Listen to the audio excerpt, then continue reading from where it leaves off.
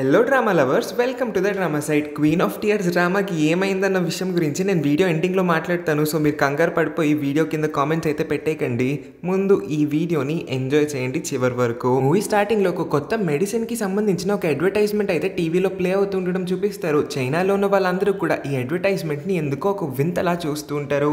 ఎందుకంటే ఆ advertisement claim చేస్తుంది దట్ ఈ మందుని కానీ ఏ అమ్మాయి అయినా తీసుకుందంటే తను ఇన్స్టెంట్గా బ్యూటిఫుల్ అయిపోతుందంట. అందంగా ఉండాలని ఎవరు మాత్రం కోరుకోరు. అందుకే ఈ అడ్వర్టైజ్మెంట్ ని చూసిన అమ్మాయిలందరూ కూడా పిచ్చెక్కిపోయి మరి ఈ మెడిసిన్ ని కొనేస్తూ ఉన్నారు. ఆ మెడిసిన్ యొక్క పాపులారిటీ పీక్స్ కి వెళ్ళిపోయి ఉంటుంది. అండ్ మెడిసిన్ మ్యానుఫ్యాక్చరింగ్ కంపెనీ వాళ్ళు ఏమైతే క్లెయిమ్ చేశారో అవన్నీ కూడా జరుగుతున్నాయంట. నిదానంగా అమ్మాయిల బాడీలో ఉన్న బ్రెయిన్ ఇంకా నర్వస్ సిస్టమ్ మొత్తం రీసెట్ అయిపోయి వాళ్ళ బాడీలో విజిబుల్ చేంజెస్ అయితే గమనించగలుగుతున్నారు అందరికందరూ కూడా ముందు ఎంత అగ్లీగా ఉన్నా సరే ఇప్పుడు 100 రెట్లు బ్యూటిఫుల్గా అయిపోతున్నారంట. సంవత్సరం పాటు ఎటువంటి ప్రాబ్లమ్స్ లేకుండా ఈ టాబ్లెట్స్ని కన్జ్యూమ్ చేస్తూనే ఉన్నారు అమ్మాయిలంతా ఆపకుండా. కానీ 1 ఇయర్ అయిపోయి సెకండ్ ఇయర్కి వచ్చేసరికి మాత్రం నిదానంగా ఈ టాబ్లెట్ వల్ల అమ్మాయిలందరూ కూడా వాళ్ళ బాడీలో సైడ్ ఎఫెక్ట్స్ని చూడగలుగుతున్నారు. లైక్ వాళ్ళ బ్రెయిన్ డెడ్ అయిపోతుందంట, వాళ్ళ బాడీ అంతా లేకపోతే ఎలర్జీ అన్న వచ్చేస్తుంది. నిదానంగా సైడ్ ఎఫెక్ట్స్ చాలా వర్స్ట్ అయిపోతూ ఉంటాయి. ఆఖరికి ఆ మ్యానుఫ్యాక్చరర్స్ కూడా ఊహించి ఉండరు ఇంత దారుణమైన సైడ్ ఎఫెక్ట్స్ని వాళ్ళు ఫేస్ చేయాల్సి వస్తుందని. ఈ సైడ్ ఎఫెక్ట్స్ ఒక వైరస్గా కూడా మారిపోయిందంట. ఈ వైరస్కి వాళ్ళు బ్యూటిఫుల్ జాంబీ గర్ల్స్ అని కూడా పేరు పెట్టారు. ఆల్మోస్ట్ అందరు అమ్మాయిలు ఈ టాబ్లెట్స్ తీసుకున్నారు కాబట్టి అందరికీ కూడా ఈ వైరస్ ఎక్కేసి ఉంటుంది. ఈ వైరస్ సోకిన అమ్మాయిలందరి కళ్ళకి కనిపించిన అబ్బాయిలకి వాళ్ళు వెళ్ళి ఒక ముద్దు పెట్టారంటే కనుక ఆల్ ఆఫ్ ఎ సడన్ ఆ అబ్బాయి కూడా ఒక అందమైన అమ్మాయిలాగా మారిపోతాడంట. సో ఈ వైరస్ వల్ల ఇప్పుడు అమ్మాయిలందరూ కూడా జాంబీస్ లాగా బిహేవ్ చేస్తున్నారు. వాళ్ళ కళ్ళకి రోడ్ మీద ఏ అబ్బాయి కనిపించినా సరే వెళ్ళి ముద్దుల మీద ముద్దులు పెట్టేస్తున్నారు.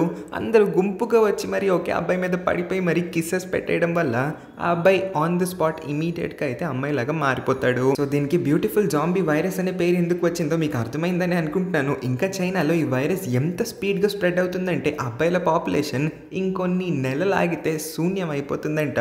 అసలు అబ్బాయిలే మిగలకుండా పోతారంట చైనాలో. నెక్స్ట్ సీన్లో మనకి మన హీరోని ఇంట్రడ్యూస్ చేస్తారు. హీరో ఇంకా తన ఫ్రెండ్ ఇద్దరు కూడా కార్లో కూర్చొని ఇప్పటి అబ్బాయిల పాపులేషన్ గురించి మాట్లాడుతూ వాళ్ళు ఏదో ఆలోచనలో ఉంటే అప్పుడే హీరోకి వాళ్ళ నాన్న కాల్ చేసి వెంటనే ఇంటికి రమ్మని పిలుస్తాడు. ఇంటికి వెళ్ళిన హీరోకి ఒక అమ్మాయిని వాళ్ళ నాన్న తాడులతో చైర్ కేసి కట్టేసి ఉండడం కనిపించేసరికి ఎవరు నాన్న ఈ అమ్మాయి అని అడిగితే ఇది అమ్మాయి కాదురా మీ అన్నయ్య, వీడు కూడా ఒక అమ్మాయిలాగా మారిపోయాడు, నన్ను కూడా కిస్ చేయడానికి ట్రై చేశాడు కాబట్టే ఇలాగా చైర్ కేసి తాడుతో కట్టేశానని అంటాడు. ఇప్పటి వరకు బాగానే మాట్లాడిన వాళ్ళ నాన్న కూడా సడన్గా ఎందుకో కళ్ళు తిరిగి కింద పడిపోతాడు. అప్పుడే వాళ్ళకి తెలుస్తుంది ఆ అన్నయ్య జాంబీ ఉంది కదా అదంట వాళ్ళ నాన్నని కూడా పొరపాటున కిస్ చేసేసింది. సో కాసేపటి వరకు వాళ్ళ నాన్న చనిపోయాడేమో అని వీళ్ళు బాధపడితే ఆల్ ఆఫ్ ఎ సడన్ వాళ్ళ నాన్న కూడా ఒక అందమైన అమ్మాయిలాగా మారిపోయి హీరో మీదకి వచ్చేస్తాడు హీరోని కిస్ చేయడానికి. వెంటనే ఫ్రెండ్ అమ్మాయిని పక్కకు నెట్టేస్తాడు. హీరో కొంచెం బాధపడతాడు. వాళ్ళ ఫ్యామిలీ ఇంకా చనిపోయిందని అనుకుంటాడు. ఎందుకంటే అతని కళ్ళ ముందున్న ఈ ఇద్దరు అమ్మాయిలు ఖచ్చితంగా వాళ్ళ ఫ్యామిలీ కాదు జాంబీస్ అని అతను భావిస్తాడు. కాబట్టి వీళ్ళిద్దరు కూడా వాళ్ళ కార్ ఎక్కి ఎస్కేప్ అయిపోదాం అనుకుంటారు. కానీ సెల్లార్లో చాలా జాంబీస్ చుట్టుముట్టేయడం వల్ల వీళ్ళకి కార్ ఎక్కే టైం కూడా ఉండదు కాబట్టి రోడ్ మీదకి వచ్చేస్తారు.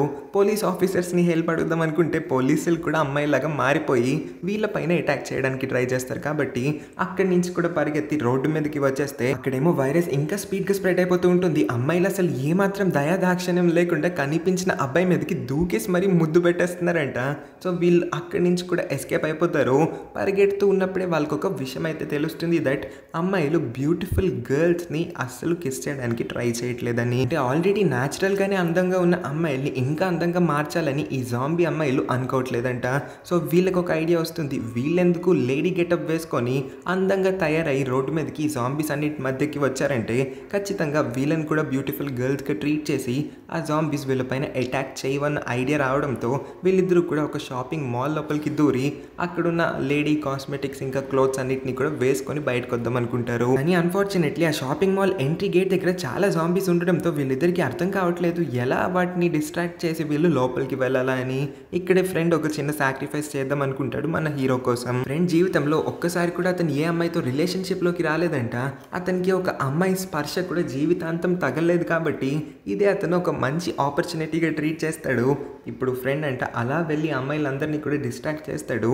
పనిలో పని అతని మీద కూడా చాలా మంది అమ్మాయిలు పడతారు, చాలా కిసెస్ పెడతారు. కాబట్టి ఈ జన్మ ధన్యం అయిపోయిందని ఫ్రెండ్ అయితే ఫీల్ అవుతాడు. హీరో వద్దని చెప్తూ ఉన్నా వినిపించుకోకుండా ఫ్రెండ్ అయితే వెళ్ళిపోతాడు. ఆ జాంబీస్ అన్ని కూడా డిస్ట్రాక్ట్ అయ్యి మన ఫ్రెండ్ మీద పడిపోయి ముద్దులు పెట్టేస్తూ ఉంటారు. హీరో కూడా దారి క్లియర్ అవడం వల్ల షాపింగ్ మాల్ లోపలికి వెళ్ళిపోతాడు. లక్కీగా మాల్ లోపలికి ఇంకా ఏ జాంబీ రాలేదంట. అందుకనే అతను ఎంట్రీ గేట్ ని కూడా లాక్ చేసి పడేస్తాడు. హీరో లోపలికి వచ్చిన తర్వాత రేడియో ద్వారా అతనికి వినిపిస్తుంది, చైనా మొత్తంలోనూ కూడా ఈ వైరస్ స్ప్రెడ్ అయిపోవడం వల్ల సర్వైవర్స్ అందరూ కూడా ఎక్కడికక్కడే టెంట్లు క్యాంపులు వేసుకొని రెస్క్యూ సెంటర్స్లో బ్రతుకుతున్నారని. అందుకోసమే హీరో ఇంకా బ్రతికినంత కాలం ఇదే షాపింగ్ మాల్లో బ్రతుకుదామని ఫిక్స్ అయిపోతాడు. షాపింగ్ మాల్లో ఉంటూనే హీరోకి ఒక సంవత్సరం అయిపోయింది. అతని దగ్గర తినడానికి కూడా ఇప్పుడు ఫుడ్ సరిపోవట్లేదు. లేదు కాబట్టి తప్పనిసరి పరిస్థితుల్లో షాపింగ్ మాల్ దాటి బయటికి వెళ్ళాల్సి వస్తుంది. కాబట్టి అతను ఒక బ్యూటిఫుల్ గర్ల్ లాగా రెడీ అయ్యి వెళ్తాడు బయటికి. అన్ని కార్స్ లోపల కూడా అతను చెక్ చేస్తాడు లోపల ఏమైనా ఫుడ్ సప్లైస్ ఉంటాయేమో అని. ఒక కార్ లోపలికి వచ్చి అతను ఫుడ్ దొరుకుతుందేమో అని చూస్తున్నప్పుడే వెనక్కి నుంచి ఏదో సౌండ్ రావడంతో వెనక్కి తిరిగి చూస్తే అక్కడ ఒక అమ్మాయి ఉంటుంది. బెదిరిపోయిన మన హీరో బయటకు వచ్చేస్తే అక్కడ ఇంకొక జాంబీ మన హీరోని గుద్దుకుంటుంది. ఆ జాంబీకి అర్థమైపోతుంది ఇది ఒక బ్యూటిఫుల్ గర్ల్ కాదు, ఒక అబ్బాయే డ్రెస్అప్ చేసుకున్నాడని. అందుకోసమే ఆ జాంబీ మన హీరో వెనకాలే మాల్ లోపలికి కూడా వచ్చేస్తుంది. హీరో రూమ్ లోపలికి కూడా వచ్చేస్తుంది. హీరో దాని నుంచి తప్పించుకోలేకపోతాడు. చాలా ఫోర్స్ పెట్టి అది మన హీరో పైన అటాక్ చేయడానికి ట్రై చేస్తుంది. లక్కీలీ కరెక్ట్ టైంకి అక్కడికి ఇంకొక మేల్ సర్వైవర్ ఎవరో వచ్చి ఈ జాంబీని చంపి అయితే మన హీరోని సేవ్ చేస్తాడు. ఈ అబ్బాయి పేరు లీవే పక్కనే అక్కడ మన హీరో కార్లో ఒక అమ్మాయిని చూశాడు కదా, తను కూడా ఉంటుంది. ఈ అమ్మాయి పేరు డైసీ అంట. డైసీకి కూడా ఈ వైరస్ సోకింది, కానీ తను చాలా ఇమ్యూన్ అమ్మాయి కావడంతోనో లేకపోతే ఏ రీజన్ వల్ల తను ఇంకా ఒక జాంబీ లాగైతే మారలేదు. ఏ అబ్బాయి పైన కూడా తను అటాక్ చేయదు అన్ని జాంబీస్ లాగా. లీవే వాళ్ళు ఒక రెస్క్యూ సెంటర్ ని నడుపుతున్నారు. అక్కడ సర్వైవల్ క్యాంప్స్ అన్ని కూడా చాలా ఉంటాయి. రోడ్ మీద కనిపించిన సర్వైవర్స్ అందరినీ కూడా లీవే రెస్క్యూ చేసి ఆ ప్లేస్ కి తీసుకెళ్తాడంట.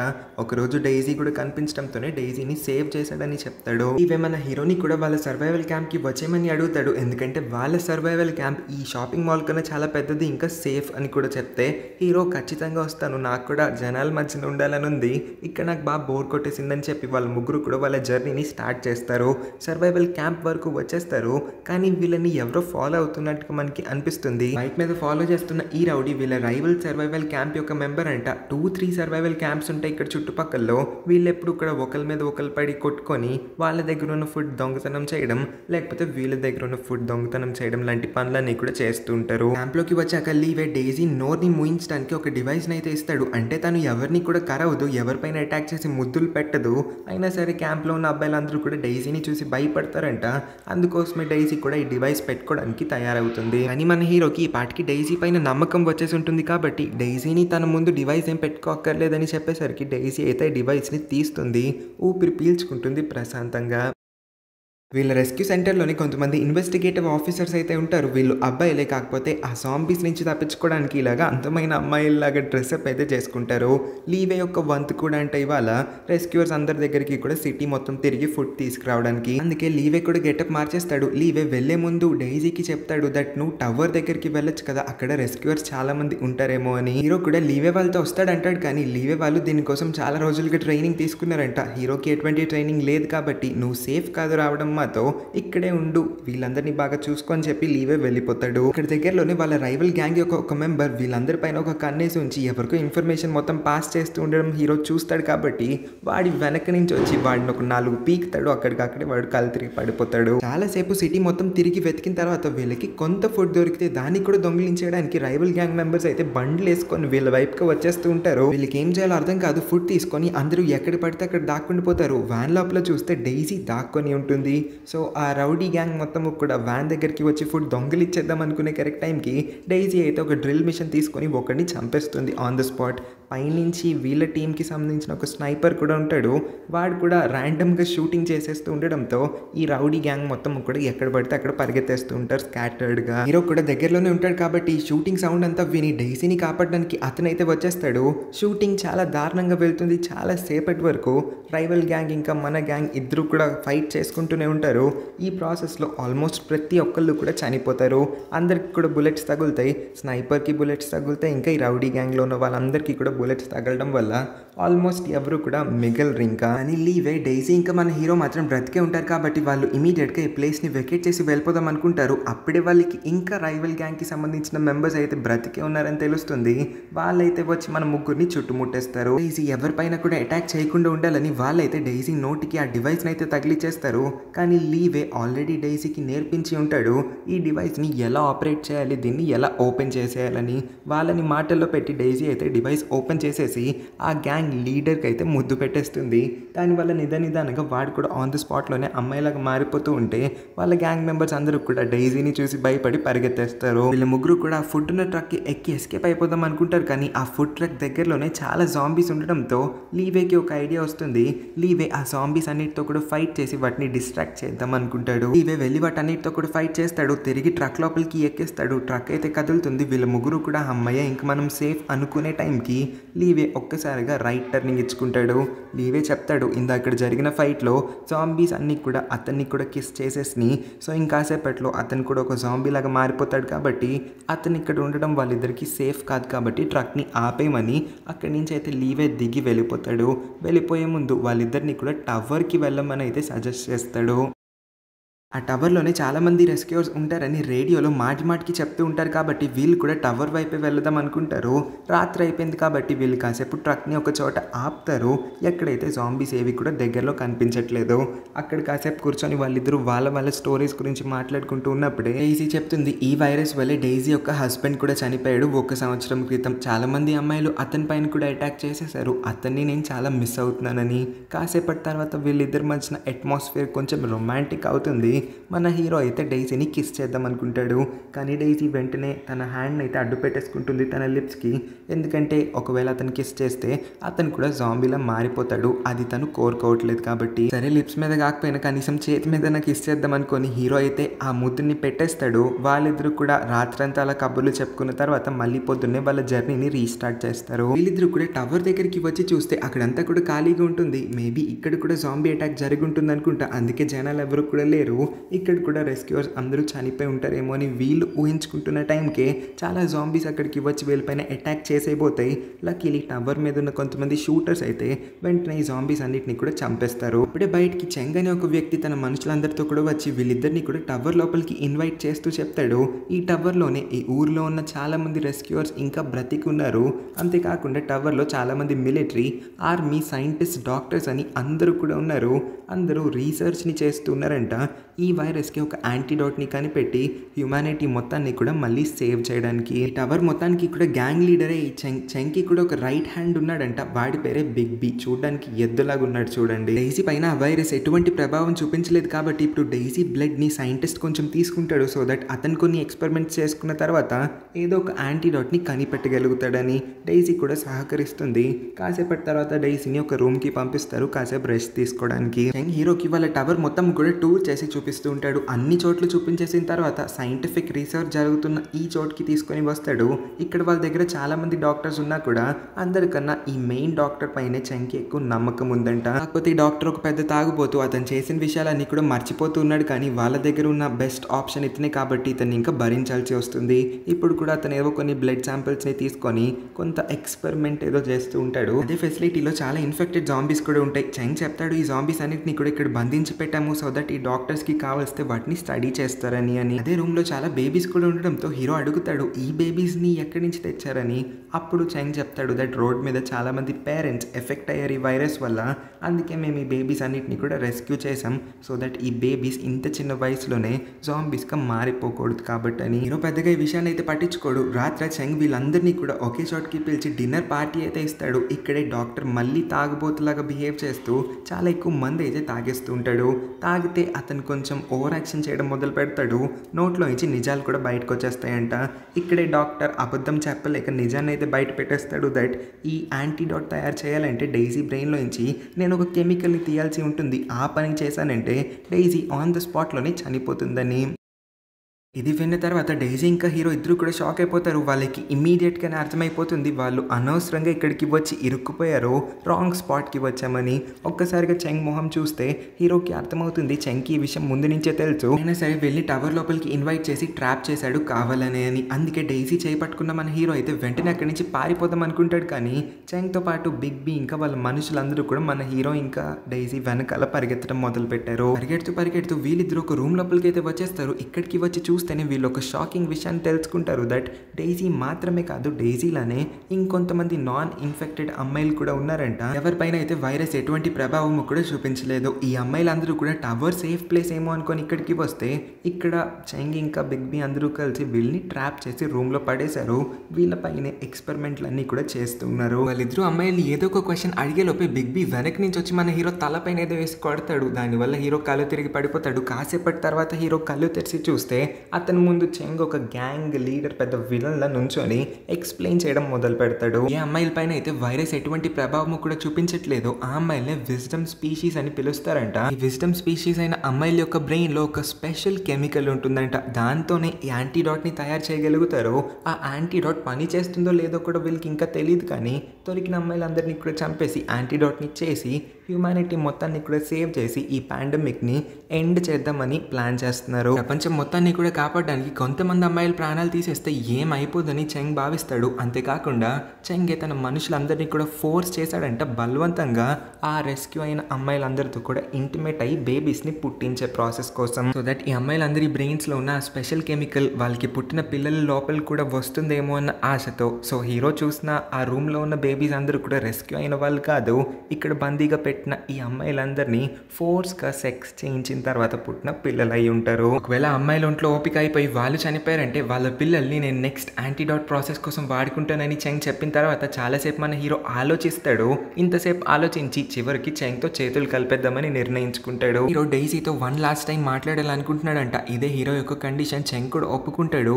హీరోని డైజీ ఉన్న రూమ్ లోపలికి తెచ్చిన తర్వాత హీరో చెప్తాడు దట్ అతను చెంగ్తో చేతులు కలిపేశాడు. యాంటీడాట్ కోసం రేపో మాపో వీళ్ళందరి ప్రాణాలు కూడా పోతాయని. ఇది విన్న తర్వాత డైజీకి చాలా కోపం వచ్చేస్తుంది. హీరో పైన నమ్మకం పెట్టుకొని అంత దూరం నుంచి అంత సేఫ్ అయిన ప్లేస్ ని వదిలేసి మరి ఇంత దూరం వచ్చింది. హీరో నమ్మక ద్రోహం చేశాడని హీరోని 4 పీకడానికి అయితే ముందుకు వస్తుంది. కానీ ఈలోపే బిగ్ బీ తన చేయి పట్టుకొని వెనక్కి నెట్టేస్తాడు. రూమ్ నుంచి బయటికి వెళ్ళిపోయే ముందు చెంగ్ తో హీరో చెప్తాడు దట్ ఈ అమ్మాయిలందరి నోట్కి కూడా ఆ డివైస్ ని చాలా గట్టిగా లాక్ వేసి పడేయమని. ఈ హింట్ అయితే మన డైజీకి అర్థమైపోతుంది. డైజీ అమ్మాయిలందరికీ కూడా మౌత్ డివైస్ ని ఎలా ఓపెన్ చేయాలో నేర్పించేస్తుంది. తర్వాత రోజు రౌడీలందరూ కూడా ఒకరి తర్వాత ఒకళ్ళు అమ్మాయిలందరికీ ఆ మౌత్ డివైస్ ని వేసేస్తూ ఉంటారు. అని మన హీరో ఈ పాటికి ఆ డివైసెస్ అన్నిట్లో చేయాల్సిన చేంజెస్ అయితే చేసేసాడంట. సో దట్ ఈ అమ్మాయిలందరికీ కూడా ఇంకొంచెం ఈజీ అవుతుంది ఆ డివైస్ ని ఓపెన్ చేసే టైంలో. వీళ్ళందరికీ కూడా డివైసెస్ మౌత్ కి వేసిన తర్వాత ఆపరేషన్ రూమ్ కి తీసుకొని వచ్చేస్తారు. హీరో తెలివిగా వైరస్ వల్ల ఎఫెక్ట్ అయిన బంధింపబడి ఉన్న ఆ జాంబీ అమ్మాయిలందరినీ కూడా ఇదే టైం అనుకుని వదిలేస్తాడు. సో దట్ చెంగ్ యొక్క మనుషులందరూ కూడా ఆ జాంబీ అమ్మాయిలతో ఫైట్ చేయడంలో బిజీ అయిపోతారు. చెంగ్ కూడా కొంచెం డిస్ట్రాక్ట్ అవుతాడు. బిగ్ బీ కూడా అటువైపుగా వెళ్ళిపోతాడు. ఆపరేషన్ రూమ్లో ఇంకా చెంగ్కి సంబంధించిన వాళ్ళు ఎవరు లేరు కాబట్టి ఈ అమ్మాయిలందరూ కూడా మౌత్ డివైసెస్ని సడన్గా ఓపెన్ చేసేసి డాక్టర్స్ అందరికీ కూడా ముద్దులు పెట్టేసి డాక్టర్స్ని కూడా జాంబీస్గా మార్చేస్తారు. ఎవరిలో ఉన్న చెంగ్ యొక్క మనుషులందరూ కూడా ఆ వైరస్ వల్ల నిదానంగా జాంబీస్ లాగా మారిపోతూ ఉంటారు. కాబట్టి ఇదే మంచి టైం అనుకున్న ఈ అమ్మాయిలందరూ కూడా వాళ్ళ బేబీస్ని తీసుకొని టవర్ నుంచి బయటకైతే పరిగెత్తుకుంటూ వచ్చేస్తారు. ఎందుకంటే హీరో ఇంకా డైజీ ఇద్దరు కూడా టవర్ లోపలే ఉండిపోతారు. ఎందుకంటే చెంగ్ వాళ్ళని ఆపేసి ఉంటాడు. హీరో చెంగ్తో చాలా ఫైట్ చేయడానికి ట్రై చేస్తాడు కానీ బలం సరిపోవట్లేదు. అందుకే డైజీ యాక్షన్లోకి దిగుతుంది. చెంగ్కి ముద్దు పెట్టేస్తుంది. చెంగ్ దీనివల్ల ఒక్కసారిగా బెదిరిపోతాడు. పట్టరానంత కోపం వచ్చేయడం వల్ల చెంగ్ ఆవేశంలో అయితే కత్తిని తీసుకెళ్లి డైజీ కడుపులో గట్టిగా పొడి చేస్తాడు. దీనివల్ల డైజీకి చాలా బ్లడ్ లాస్ అయితే అయిపోతూ ఉంటుంది. డైజీ బాడీలో నుంచి వస్తున్న ఇంత బ్లడ్ ని చూసిన తర్వాత హీరోకి కూడా చాలా కోపం వచ్చేస్తుంది. కాబట్టి కత్తిని తీసుకెళ్లి ఆ చెంగ్ కడుపులో గుచ్చేస్తాడు. చెంగ్ కి ఆల్రెడీ వైరస్ సోకేసి ఉంటుంది. ఇంకా కత్తితో కూడా పొడి చేయడం వల్ల చెంగ్ చాప్టర్ ఇంతటితో క్లోజ్ అయిపోతుంది. డైజీ ప్రాణాలు పోయే పరిస్థితిలో ఉంటుంది కాబట్టి హీరో అయితే తనకి కొంచెం ధైర్యం ఇవ్వడానికి ట్రై చేస్తాడు. అయినా సరే తన వల్ల అస్సలు కావట్లేదు. వీళ్ళిద్దరూ కలిసి రేడియోలో జనాలందరికీ కూడా చైనాలో ఉన్న వాళ్ళందరికీ వినపడేలా చెప్తారు దట్ టవర్ కి మీరెవ్వరు కూడా ఇంకా రాకండి. ఇన్ని రోజులు మీరు ఈ టవర్ చాలా సేఫ్ ప్లేస్ అనుకున్నారు కానీ ఇక్కడ మీరు అనుకున్నట్టు ఏమీ లేదు, మొత్తం ఆపోజిట్గానే జరుగుతుందని టవర్లో జరుగుతున్న దారుణాలు అఘాయిత్యాలన్నిటి గురించి కూడా రేడియోలో చెప్పేస్తారు. సో దట్ ఫ్యూచర్లో ఎవరు కూడా ఇక్కడికి వచ్చి ట్రాప్ అయిపోకూడదు. అందుకే ఫ్యూచర్లో ఎవరికి కూడా వీళ్ళకి పట్టిన గతి పట్టకూడదు అనుకున్నారు. డైసీ కూడా ఇంకా ప్రాణాలతో బ్రతకలేదన్న విషయం హీరోకి అర్థమైపోతుంది కాబట్టి హీరో డైసీ ఒక్కదాన్నే చనిపోనివ్వకూడదు అనుకుంటున్నాడు. అతని ప్రాణాలని కూడా లెక్క చేయకుండా వీళ్ళొక 2 వైర్స్ తీసుకొని ఆ టవర్ మొత్తాన్ని కూడా పేల్చేద్దాం అనుకుంటున్నారు. సో దట్ ఇప్పుడు వీళ్ళిద్దరి ప్రాణాలు పోతాయి కాబట్టి ఇంకా వీళ్ళిద్దరూ వన్ లాస్ట్ టైం ఒకరి కళ్ళల్లోకి ఒకళ్ళు చాలా ప్రేమగా చూసుకొని ఫైనల్ కిస్ అయితే పెట్టుకుంటారు. ఆ 2 వైర్స్ కూడా కనెక్ట్ అయిన తర్వాత ప్లేస్ మొత్తము కూడా బ్లాస్ట్ అయిపోతుంది. ఇంత పెద్ద పేలుడు అవడం వల్ల బయట ఉన్న అమ్మాయిలందరికీ కూడా అర్థమైపోతుంది దట్ డైసీ ఇంకా హీరో వాళ్ళ ప్రాణాలని సాక్రిఫైస్ చేసి మరి వీళ్ళందరినీ కూడా కాపాడారని. అందుకే వీళ్ళు ఎలాగో బ్రతికారు కాబట్టి వాళ్ళ చేతిలో ఉన్న బేబీస్నన్నా జాగ్రత్తగా సేఫ్గా పెంచుతామని నిర్ణయించుకొని అందరు అమ్మాయిలు కూడా బేబీస్ని తీసుకొని ఆ ప్లేస్ నుంచి చాలా దూరంగా వెళ్ళిపోతూ ఉంటారు. ఇదే సాడ్ ఎండింగ్ సీన్ని చూపిస్తూ 2017లో విడుదలైన జియో హజార్డ్ అనే ఈ సినిమా అయితే ఎండ్ అవుతుంది. ఇంకా నేను మన ఛానల్లో ఉండే క్వీన్ ఆఫ్ టీయర్స్ ఎపిసోడ్స్ అన్నిటిని కూడా ఎందుకు తీసేసానని మీరు అందరూ బోల్డ్ అని కామెంట్స్ పెట్టారు. చాలా మంది మైండ్లో కూడా ఈ క్వశ్చన్ రన్ అవుతూ ఉండొచ్చు కాబట్టి చిన్న ఎక్స్ప్లెనేషన్ ఇచ్చేస్తాను. నేను ముందు నుంచి మూవీస్ ఎక్స్ప్లెయిన్ చేసేటప్పుడు కూడా వారానికి 1 లేదా 2 వీడియోస్ పెడుతూ ఉంటాను కదా. అయినా నాకు కొంచెం టైం దొరికిందేమో అని నాకు అనిపించడం వల్ల ఒక డ్రామా స్టార్ట్ చేద్దాం అనుకున్నాను. డైలీ 1 by 1 ఎపిసోడ్ పెడుతూ మీ అందరినీ కొంచెం సేపు ఎంటర్టైన్ చేద్దామని. కానీ నాకు అంత టైం కుదరట్లేదు. అందువల్లే ఒకరోజు స్కిప్ చేస్తున్నా, ఇంకో 4 days స్కిప్ చేస్తున్నా. దీనివల్ల మీ అందరికీ కూడా నిదానంగా డ్రామా పైన ఇంట్రెస్ట్ తగ్గిపోతుందని నేను నోటీస్ చేశాను కాబట్టి ఎపిసోడ్ బై ఎపిసోడ్ కాకుండా డ్రామా మొత్తాన్ని కూడా ఆల్రెడీ ఎక్స్ప్లెయిన్ చేసిన ఆ కొన్ని ఎపిసోడ్స్తో పాటు all the new episodes until the end వరకు 1 లాంగ్ వీడియోగా ఎక్స్ప్లెయిన్ చేసేద్దామని నిర్ణయించుకున్నాను. మన ఛానల్లో longest videos of the drama site అనే ఒక ప్లేలిస్ట్ ఉంటుంది కదా, ఆ స్టైల్లో లాంగెస్ట్ వీడియోగా క్వీన్ ఆఫ్ టీయర్స్ అయితే ఎక్స్ప్లెయిన్ చేద్దాం అనుకుంటున్నాను. సో కొంచెం టైం వెయిట్ చేయండి. ఒక 3-4 మూవీస్ ఎక్స్ప్లెయిన్ చేసిన తర్వాత నేనైతే క్వీన్ ఆఫ్ టీయర్స్ ఫుల్ వీడియోని మీ అందరి ముందుకి ఏదో ఒక సండే తీసుకొని వస్తాను. అప్పుడు మీరందరూ ఫుల్గా ఎంజాయ్ చేద్దురు. సో క్వీన్ ఆఫ్ టీయర్స్ గురించి కంగారు పడుతూ మీరందరూ కూడా కామెంట్స్ పెట్టి ఎనర్జీని అయితే వేస్ట్ చేసుకోవద్దు. నేను ఇవ్వాల్సిన ఎక్స్ప్లెనేషన్ ఇచ్చేసానని అనుకుంటున్నాను. ఇంకా ఈ మూవీ గురించి మీ అందరికీ ఎలా అనిపించిందో తప్పకుండా కింద కామెంట్ చేయండి. వెళ్ళే ముందు ఈ వీడియోకి ఒక లైక్ చేయండి. గత నెలగా మన ఛానల్లో ఏం వీడియోస్ లేనట్టు యూట్యూబ్కి అనిపించకూడదు కాబట్టి లైక్ చేయడం అస్సలు మర్చిపోకండి. సో దట్ వీడియో చూడని వాళ్ళందరికీ కూడా వెళ్తుంది, వాళ్ళు కూడా వీడియో చూస్తారు. ఇంకా మన ఛానల్ని సబ్స్క్రైబ్ చేసుకోకపోతే తప్పకుండా సబ్స్క్రైబ్ చేసుకోండి. కొత్తగా విజిట్ చేస్తున్న వాళ్ళందరూ కూడా మన ఛానల్లో ఉన్న మిగతా కొన్ని వీడియోస్ కూడా చూసి నచ్చితే అప్పుడు సబ్స్క్రైబ్ చేసుకోండి. ఓకే, ఇప్పటికే చాలా వాగేసినట్టున్నాను కాబట్టి టాటా, bye bye, thank you for watching.